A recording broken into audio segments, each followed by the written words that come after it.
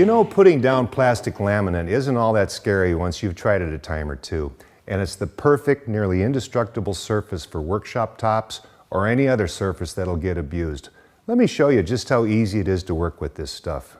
All you'll need is the plastic laminate, contact cement, a mini roller to spread it, a laminate roller, and something to laminate.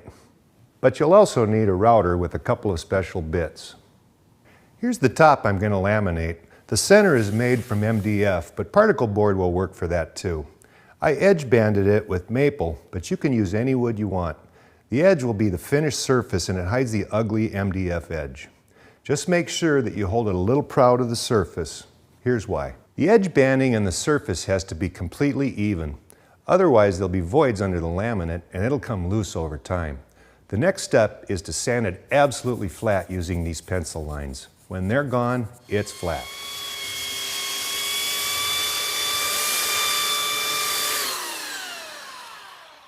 I cut the laminate about 1 inch bigger in both dimensions to give me some slop for the next step.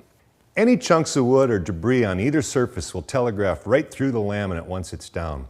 Even a little chunk of wood like this will show through the laminate, so make sure everything is absolutely clean before you start laminating. Spread contact cement first on the laminate and set that aside to dry while you roll more cement onto the top itself.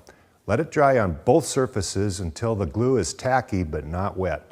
Rest some spacers onto the tabletop.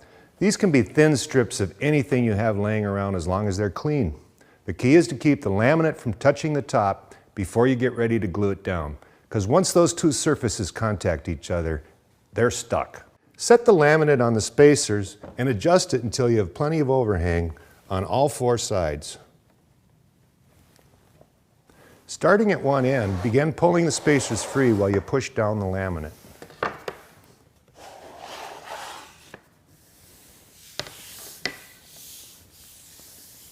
Once it's down, press it with the laminate roller from both directions to make sure the whole surface is stuck down.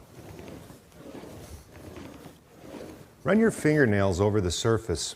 You can actually hear any voids underneath that'll tell you if there are any other areas that need more rolling. Hear that?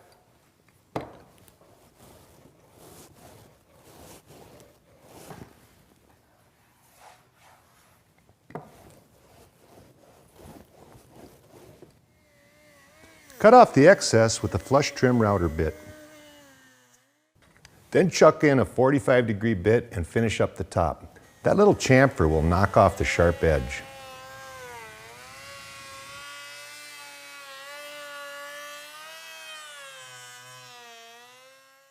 Once you laminate a couple of tops, you'll be an expert.